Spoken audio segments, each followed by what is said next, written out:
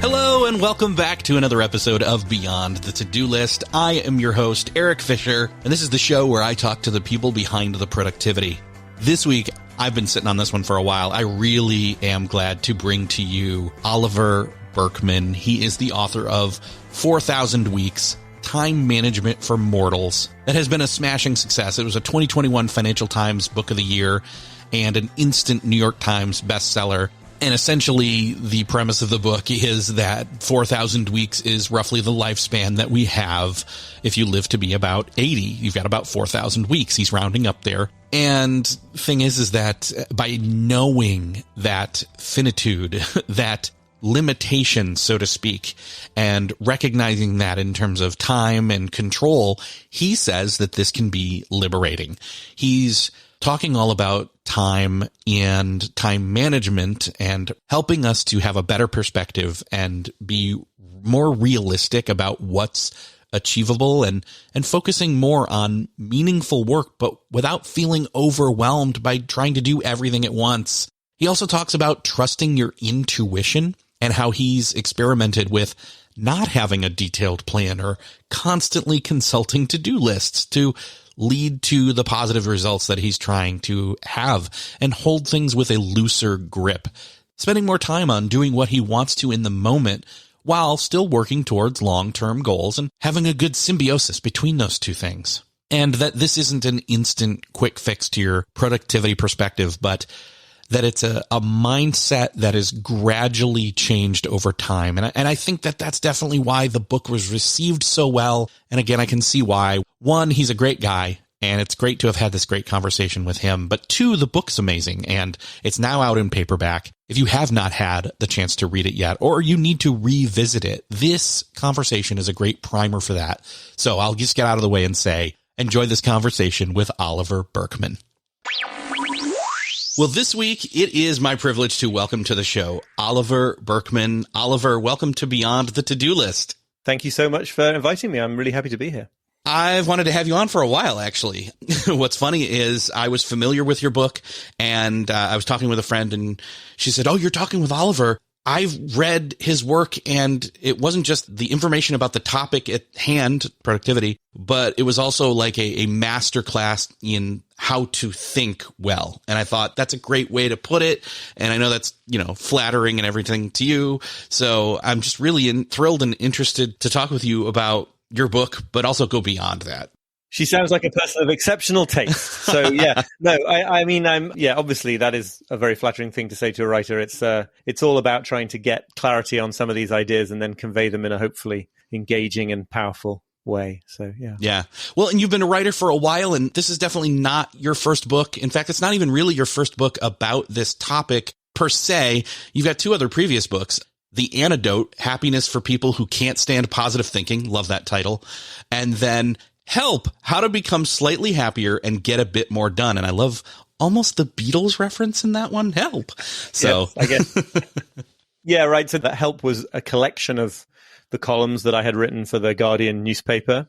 And then The Antidote was a sort of more of a kind of proper book, as it were. So yeah, I guess this is my second or my third, depending on your definition, but always circling around a lot of these same issues. It's like, figuring out what conventional self-help culture gets right and gets wrong, taking seriously the idea that we want to be happy and productive and live meaningful lives, but being a little bit skeptical about a lot of the sort of prevailing ideologies of how to go about doing that. So yeah, that's definitely my turf. I guess what makes this most recent book what it's more specifically about is like our limited time and our limited control over that time. That is more of a departure, I guess. Yeah. Well, and for those unaware, the latest book is called 4,000 Weeks, Time Management for Mortals. And there's a couple different ways to go about this initial question here about that is number one, obviously, what does the 4,000 weeks stand for? I asked a computer, hey, how many years is 4,000 weeks? And it said 76 years and 9 months. Mm-hmm. And then time management for mortals. It's like, well, we're all mortal. What's the point there of calling us mortals? But I'm more interested in, obviously, unpack that. But then I'm more interested in your work, what led you in your path of, noodling on all this and writing it, et cetera, as on all those topics you just listed out. What led you to this as, okay, this is the thought. that I then expand into this book at this time. Great. Yeah, that second one is, I'm also more interested in that. So just quickly, 4,000, yeah, as you say, it's roughly an 80-year life, but it's actually less than an 80-year life. It's 4,100 and whatever, if you want to make it exact. I rounded it very blatantly and cynically to get the punchy number. But basically, the life expectancy of a human being in the developed world, with a few caveats, is about 4,000 weeks. As I hope we'll discuss, I think the really important point is that life is finite, not exactly how finite it is. Of course, sadly, many people don't get that much, and a good few people get quite a lot more. But what they all have in common is a number that, when you express it in weeks, sounds kind of alarmingly small. And then, yes, I like the subtitle Time Management for Mortals, just because it's like, it seems to say, like, restrict the audience to just who it's for, but actually who it's for is all of us. So that's just like, it's just my sense of humor, I suppose. There are lots of ways of talking about why I came to sort of land on this specific question of dealing with our finitude. You know, the fact that our time is so finite and that we have very finite control over it. I think that's an important second facet that we should probably get into. But one way to explain that is just the sort of very personal one, right? It's like, this has been a thing that I really struggle with. And I think that it has been something that has motivated the way that I have engaged with, like, productivity and productivity systems and culture and everything, right?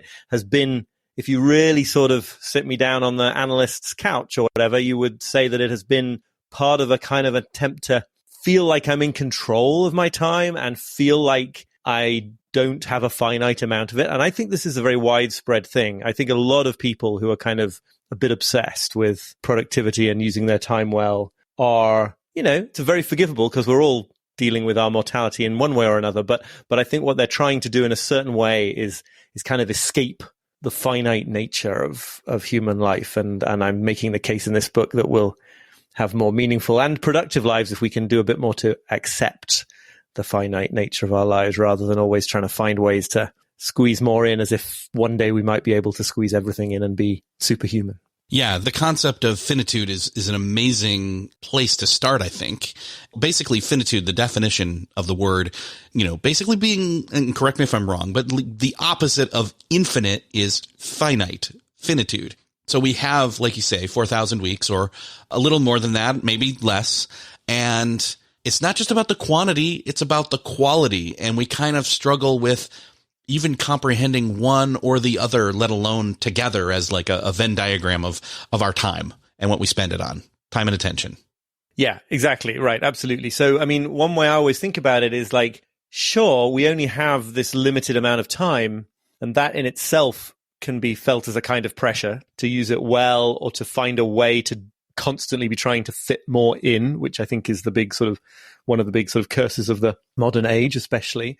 But also, you know, as many philosophers have noticed through history, we don't really have any time, right? You just have the very moment that you have. A lot of our attempts to kind of, especially in sort of productivity culture, you know, our attempts to schedule and plan out the day or the week or set goals for the quarter and all the rest of it. Not that I think these things are all bad and wrong and evil, but they're based on a kind of a delusion in a way, which is that we can sort of impose our will over anything other than this moment. And so I think part of the reason we're constantly getting in a tangle with those things is that we're sort of constantly trying to feel like we have a level of control and certainty over our time that we just don't have. So of course the struggle never ends. And of course it always feels very, very stressful. I mean, we can talk in more practical, specific examples, but that's the kind of the thing that troubles us, is like we want to feel secure, and actually we're just not, right? You're just like, a grand piano could fall on your head in an hour's time. Like, anything could happen. We never actually have the confidence and control that we want over time. So constantly trying to achieve it by trying to get more and more control, or be more and more efficient and optimized, or plan things more effectively is really just a sort of on some level, a kind of a futile attempt to escape the human condition, if you want to be grand about it. Yeah. And gosh, as a fan of sci-fi as well as philosophy, I can't help but be just, I don't know, excited about this topic. as I acknowledge that at the same time, others would be like, oh my gosh, get me out of here.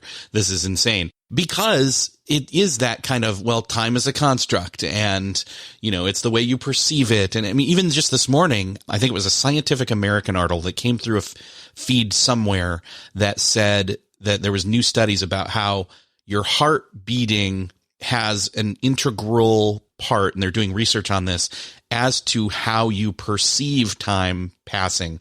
And I'm not going to dive any deeper than that, just to say that's just fascinating to me, is the perception of time. And I think to get at this is like most of productivity, it's all about this optimizing your time or squeezing the most out of your time or scheduling things. And I think there's a give and take, a push and a pull that is constantly alive in me when it comes to, okay, have a healthy awareness and use that to your advantage, but also realize there's a practicality to this. Like you said, there's only this moment. Like right now, somebody is listening to what I'm saying days, months, weeks later, and the moment has passed for us, but the moment is present for them and breaking people's brains. Hopefully not. Hopefully not. This isn't that hard. But what I'm saying is that in this moment, there's only this moment, but there is a tomorrow coming, hopefully. And I've made a commitment to go do this thing. I told my wife I'm going to do this thing tomorrow. It's the weekend. And it's like, well, when that time comes, am I prepared to follow through on my commitment? So in other words, there's a certain amount of our character and our agency that plays into this when it comes to productivity that we don't always acknowledge in terms of making promises to ourselves. But of course, having the right expectations of ourselves and others to begin with plays into that. I mean, when it comes to productivity, it comes down to practicality.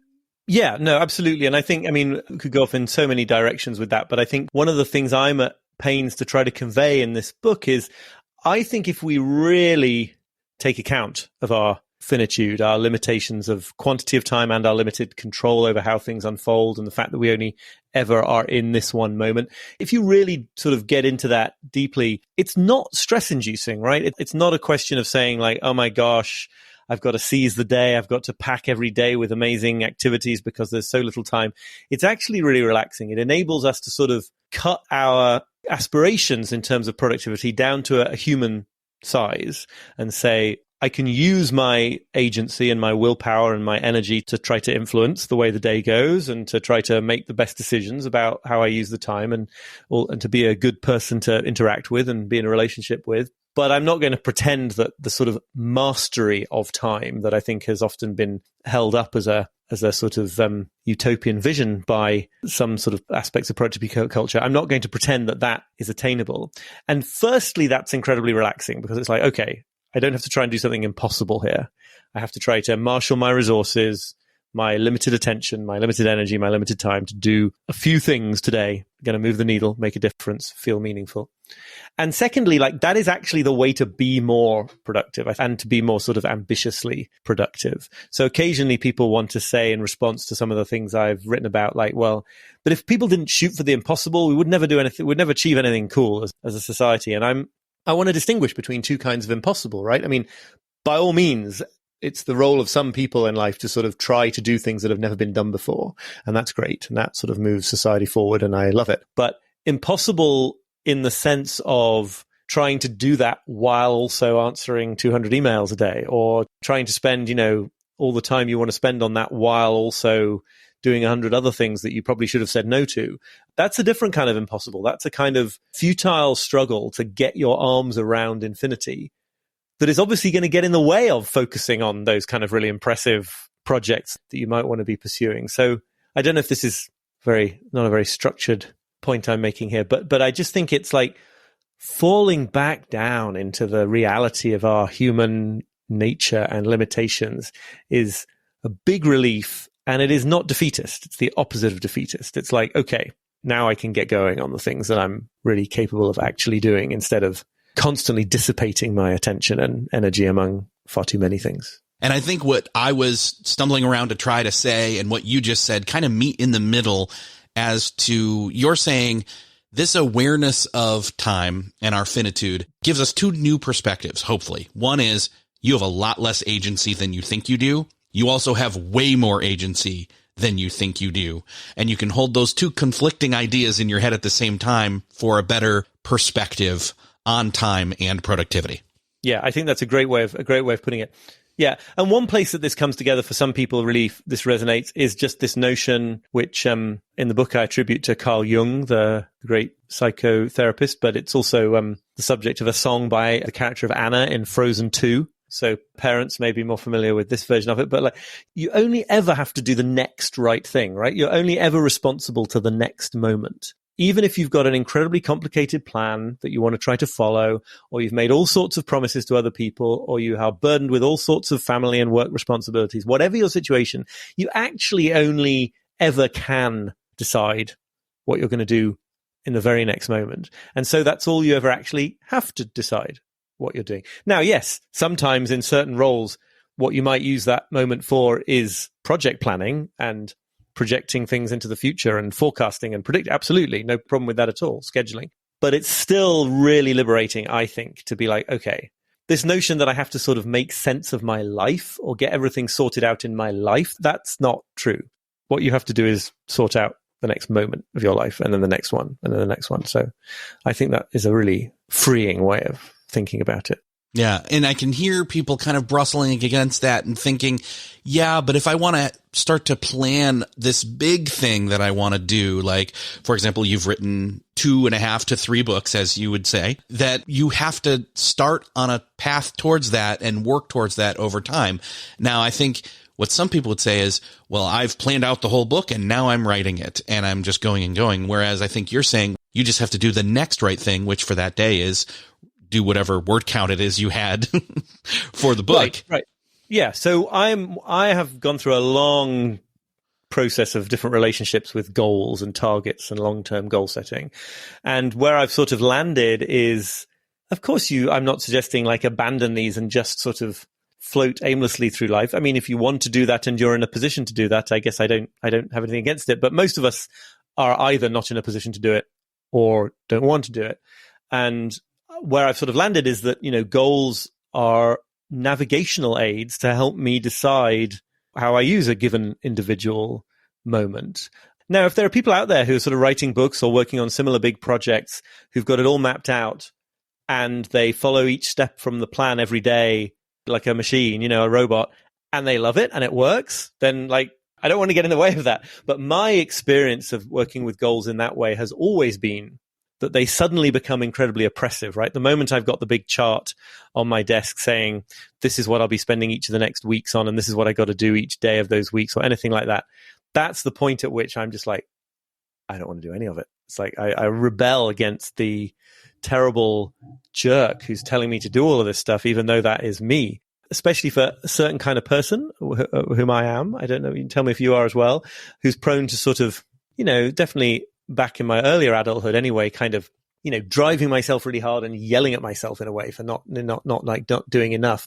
That kind of goal system just becomes another tool of the kind of, self coercion. It's no fun, obviously, to live in that way, but it's also not productive, right? It's not effective to be constantly trying to, like, if there's an energy in you that really wants to do X instead of Y, it's really helpful if you can have a work situation and a productivity situation that allows you to harness that desire instead of having to constantly squelch it and keep going with the thing that was on the plan.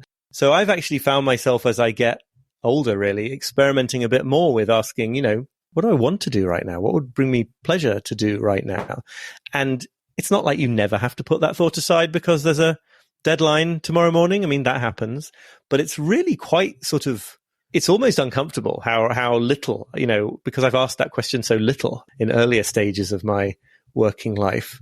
It feels quite strange, but actually the result is, apart from anything else, that you get to really harness those moods. And if I really feel like, writing an email newsletter, but it's not the day I planned I would do it, I mean, it's crazy not to use that energy to get that thing written and then it's stored up for when it's going to be sent out. It's like it would be crazy to not be able to sort of surf those energies. So a lot of this again is to do with saying, look, I have limited control even over my own preferences and moods. So let's kind of see if I can work with that instead of against it. The metaphor that always comes up here is that of surfing. I cannot surf to save my life. I sort of lamely bodyboarded a couple of times once, and even that wasn't very good. But the metaphor is very powerful, I think, which is like, no surfer will achieve what they achieve by just deciding what they're going to do and storming forwards and not trying to work with the constantly changing environment of the water. And so it's just, it's a similar kind of approach, I think, to our time. I'm glad you brought that metaphor up, because I kept thinking, as you were talking about this, I was thinking of the people that over time of doing this show have said, I can't take all the structure. It feels oppressive. It feels like too much pressure. And I think of those people as, when we're talking about goals and we're talking about forward momentum and getting stuff done and all of that, I think of those people as, don't give me the structure of putting me on a train track and setting me forward where I can't get off if I want to. And I think of those people more as people who would love to go on, say, a cruise, where every day it's like, well, you can go any direction you want to, but you can't just wander aimlessly either. It's kind of be a hybrid of both. I love surfing, though. That's a great, not personally, I have never done it, but it's intriguing, scary for sure. But I like that metaphor of, you've got to work with the water that you're on.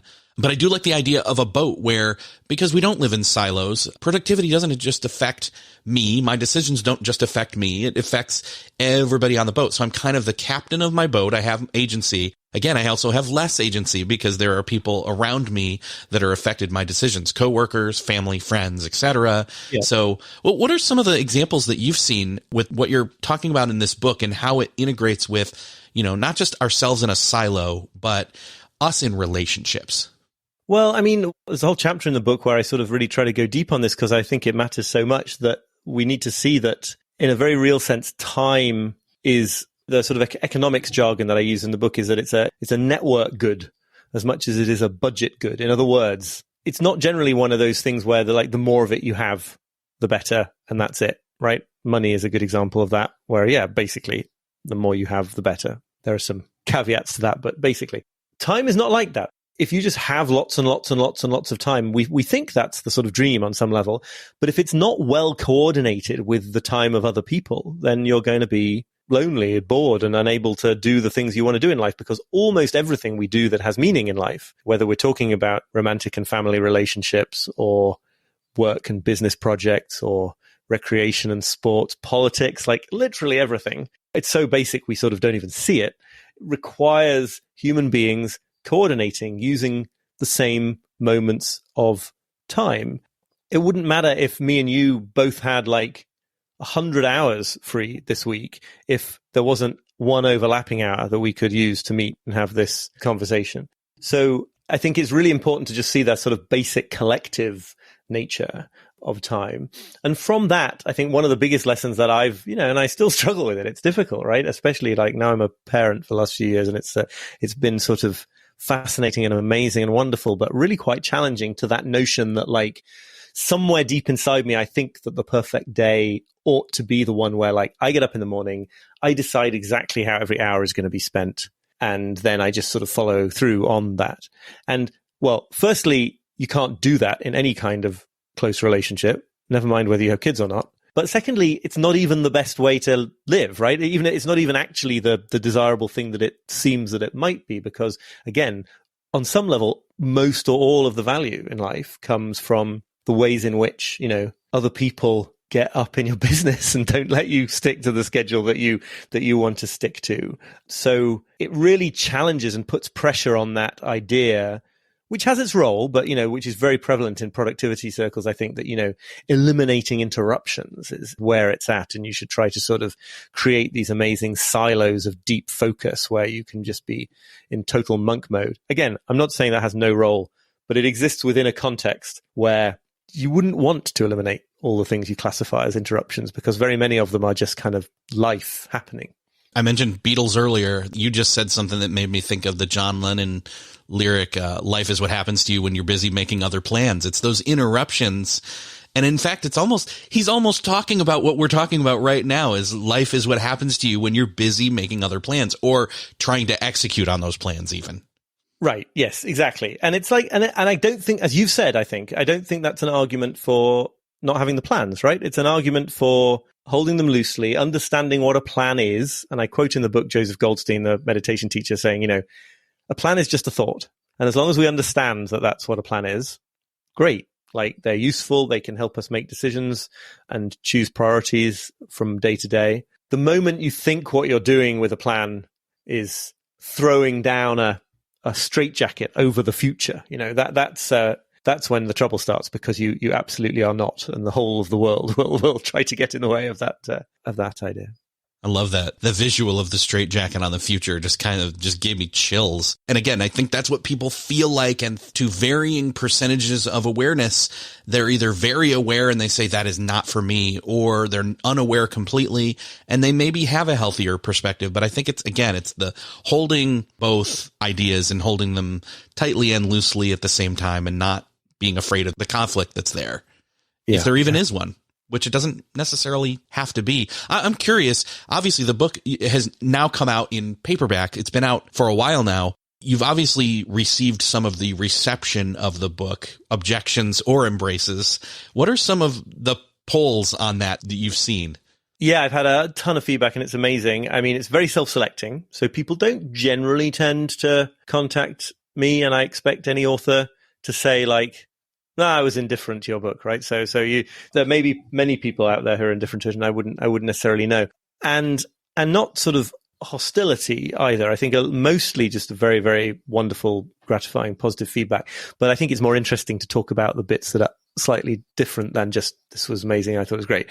So there I would say one thing that people say sometimes is like, okay, these are really good insights, and for like the time that I was reading the book and for a few days afterwards, I really thought about time differently. But how do I make it stick? How do I actually sort of, how do you go beyond just sort of intellectually understanding something that you maybe hadn't quite realized before about your finite nature?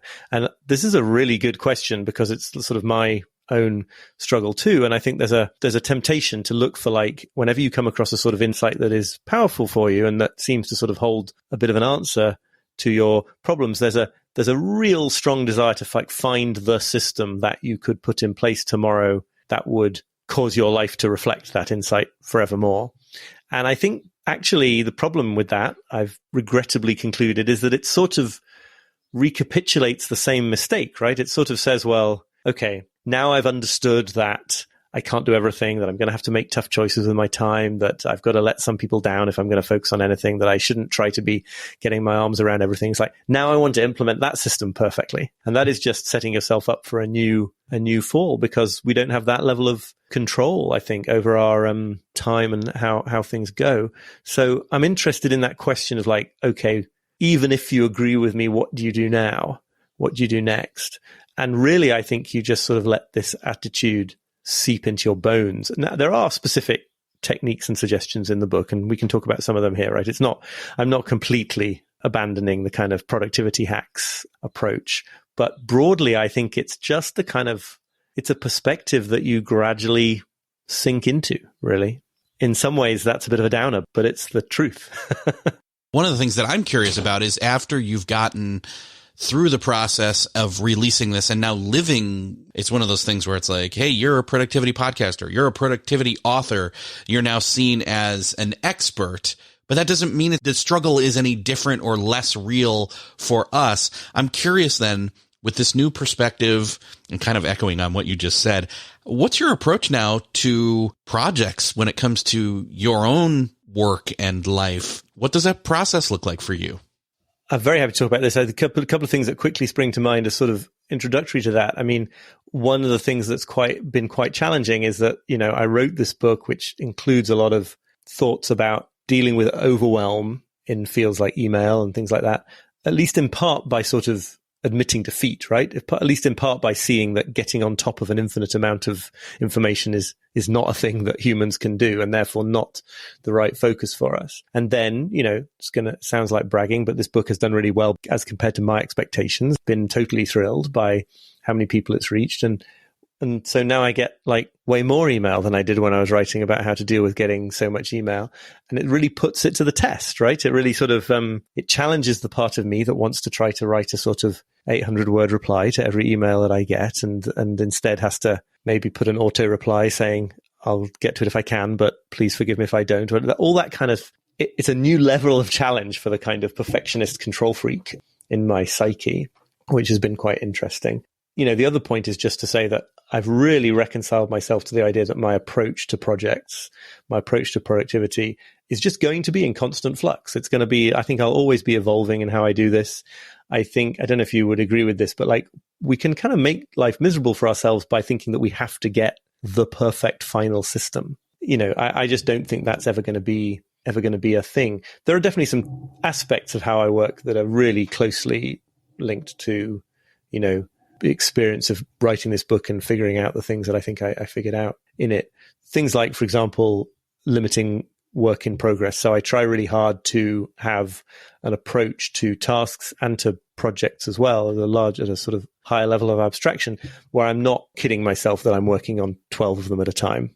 I'm working on one, maybe two of them at a time on the level of projects, and just one on the level of tasks at a time. And I'm sort of making all the other ones wait and developing it's sort of anxiety tolerance, right? It's sort of saying like, look, I've got 5 urgent things on my plate, but I'm actually going to consciously and proactively neglect 4 of them until one of them is completed.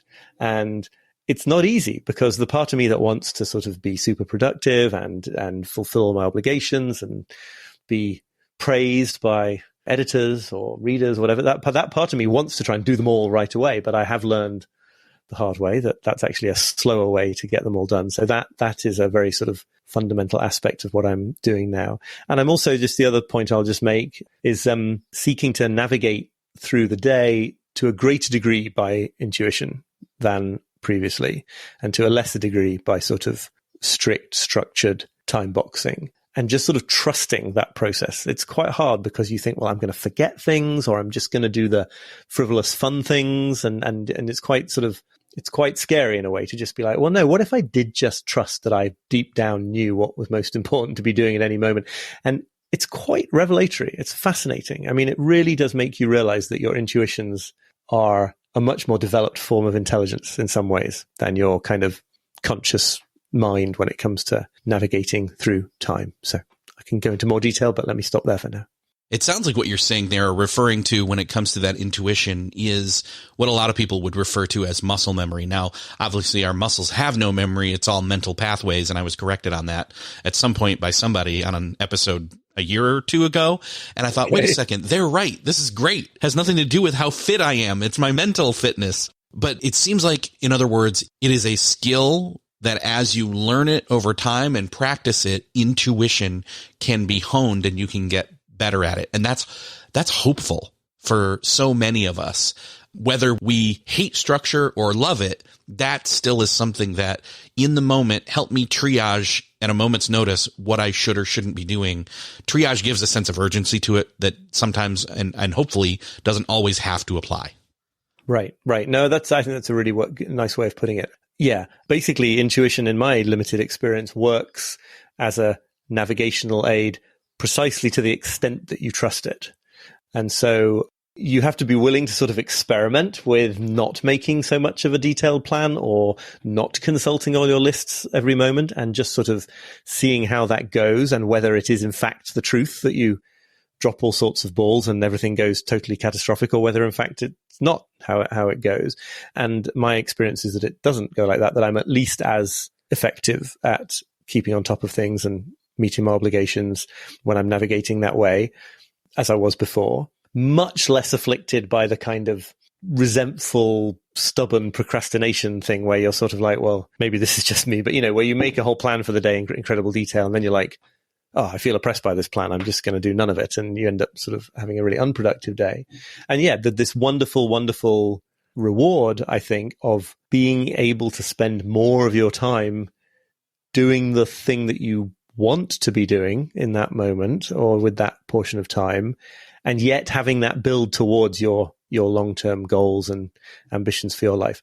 It's obviously totally context dependent. And there are always people who will respond to this and say, like, if you just have to work 12 hours a day at a job you absolutely hate because it's the only way to keep a roof over your head. Like, does any of this apply? I think it does actually apply in various subtle ways, but like, of course, this is all context dependent. And of course, I have a lot of autonomy over how I choose to use a given hour of the day. But I think it is true for all of us on some level that, our finite nature means that we have choices to make, and we can make them in favor of a life of grinding or in favor of a life of things that really genuinely feel like they're elevating us. What do you suggest when it comes to dealing with that feeling of guilt when we're not living up to a perceived societal standard of what productive looks like? Yeah, great question. I mean, there are all sorts of different answers to how you deal with your own specific version of that. That's why journaling is good and psychotherapy is good and all sorts of things. But I think the sort of big governing truth that I always come back to is the idea that, like, you don't have to do anything in that existential sense, right? I mean, and this is where some religions, and I'm thinking specifically here of the sort of Christian idea of grace. I'm not really religious, but I sort of envy that kind of outlook, because it's where they have the upper hand on the rest of us, because there's this notion that like you are ultimately valuable regardless of the work that you put in and regardless of the standards you meet. That's a very powerful idea, whether you get there through a religious perspective or not, because it sort of puts you in the situation where, like, okay, you might have to do a bunch of things tomorrow in order to get through your work or meet your commitments or even keep your job if you're in a very sort of tooth and nail kind of work situation.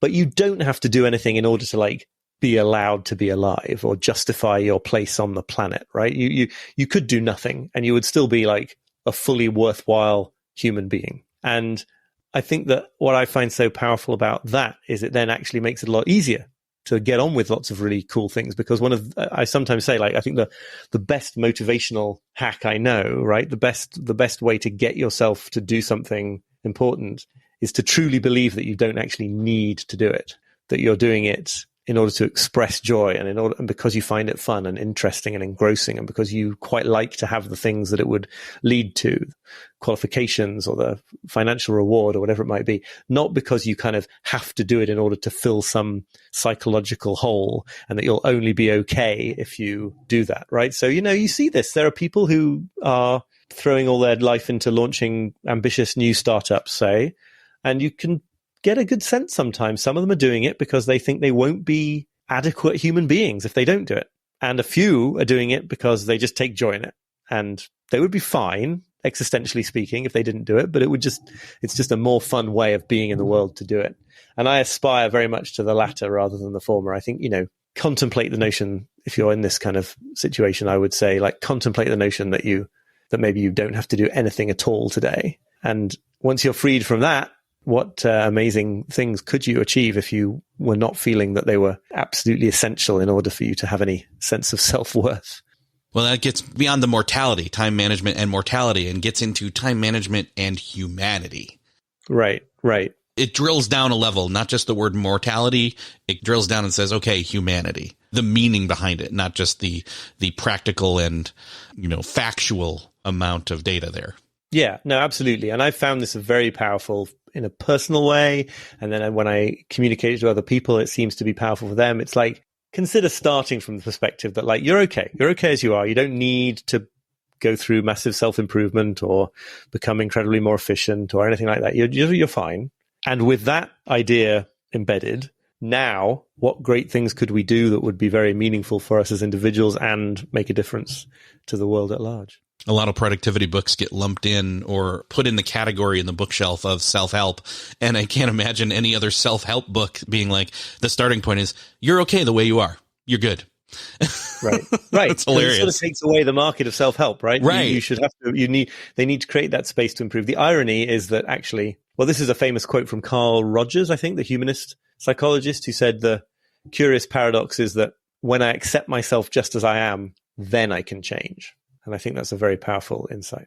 I like that. I like that a lot, actually. Obviously, there's so much more in the book. I'd love for you to maybe say, look, we've probably hit on it potentially already, but if people were to take, say, one thing from the book, other than that they're okay and they have more agency and less agency, is there another, like, nugget that you want people to walk away from the book with? I really like this idea of paying yourself first with time. And the phrasing of this, I can't even take credit for because it comes from Jessica Abel, who's a creativity coach and a graphic novelist. So, full credit to her. It's this notion that the way to spend more of our time on the things that really matter to us is not to be in this mindset where we're telling ourselves that if we get through all the other stuff, if we clear the decks, if we tie up all the open loops, then we're going to have this kind of period of time that we can truly give to the things that fulfill us. What we have to do instead, I think, is just make some time upfront, right now, tomorrow, this week, for the things we care about the most, even if it's only a small amount, and just sort of deal with the anxiety that generates, right? Because it generates that sense of like, but I can't go work on my novel because I've got an inbox full of people needing stuff from me, or, I need to go and help my kids with this, that, or the other. So, if you really wanted to condense that to a tip, I would just be like, if there's something that you want to be doing with your life and you're not doing it, and that could be a creative project, it could be nurturing a particular relationship, it could be any number of things, don't make some big plan to become the kind of person who does that all the time. Maybe that's coming later, but just for now, just do that thing for a little bit of time, even though you have not yet cleared the decks, even though you have not yet set up your life to be able to do it every day, and just see where that leads. Like my friend said, it's not just about time management or productivity. It is about a new way, or not just a new way, but a way of thinking or getting better at thinking. And I think that even goes back to intuition, as you were talking about earlier. I'm so glad to hear it. And obviously that's what I'm trying to do when I'm writing the book, is clarify my own thinking and see where it leads, and try to sort of hold myself to the thinking these thoughts through all the way to the end and say, well, if I believe that and I believe that, then maybe this third thing is a conclusion that I have to accept. Yeah. Oliver, it's been great talking with you again. As I knew there would be, I sense in you a kindred spirit on this journey, navigating not just life, but the nuance and the productivity, the time management for mortals, mortality, humanity, etc., as we've talked about here. I can't wait to see what you do next, but I do like that I can continue to follow along with you in your newsletter. Let's point people to, again, the book's out now in paperback. If people haven't picked it up, it's a great read. I particularly think that, since I'm always very much someone who loves listening to an English accent, I have it on Audible. So right. I got to listen to you read the book, which is even more of a thrill. But let's point people to where they can grab the book, learn more about you, get on your newsletter, because it's great every other week, bi-weekly, right? Yeah, right. Yeah. That's enough for anyone, I think. Yeah. So the book is available wherever you get your books. But information about that and the newsletter and everything else is all at my website, oliverburkeman.com. That's Burkeman. Perfect. I'm going to link up to all that in the show notes for this episode. And Oliver, again, I can't wait to see what you do next. Can't wait to talk with you again about this topic further on down the road. So thank you so much for being here. I'd love that. Thank you very much. I've really enjoyed it. Thank you. Well, that's another podcast crossed off your listening to-do list. If you even have one at this point, maybe you threw it out while you were listening to this conversation with Oliver Burkeman. And that's not, the intended act to have had happen here, or persuasion, I guess. But it is meant to be somewhat of a change in your, again, productivity mindset. Gradually, over time, learning to trust your intuition, learning to have a grasp, yet loosely, of that finitude, an acceptance and an awareness of your limitations in terms of time and control. Let that be liberating to you. Let that be freeing, not constricting. And that is the overall message of this conversation. I hope that you walked away with something along those lines. And if not, I'd love to hear from you. You can go to beyondthetodolist.com and hit contact and let me know what you think. Send me a message there. That's also where you can share this show there, or from whatever podcast app you're playing this on right now. Do somebody else and myself the favor of sharing this episode with them. Again, beyondthetodolist.com. Hit that share button. Share it with someone you know needs to hear it. Thank you for sharing. Thank you so much for listening, and I will see you next episode.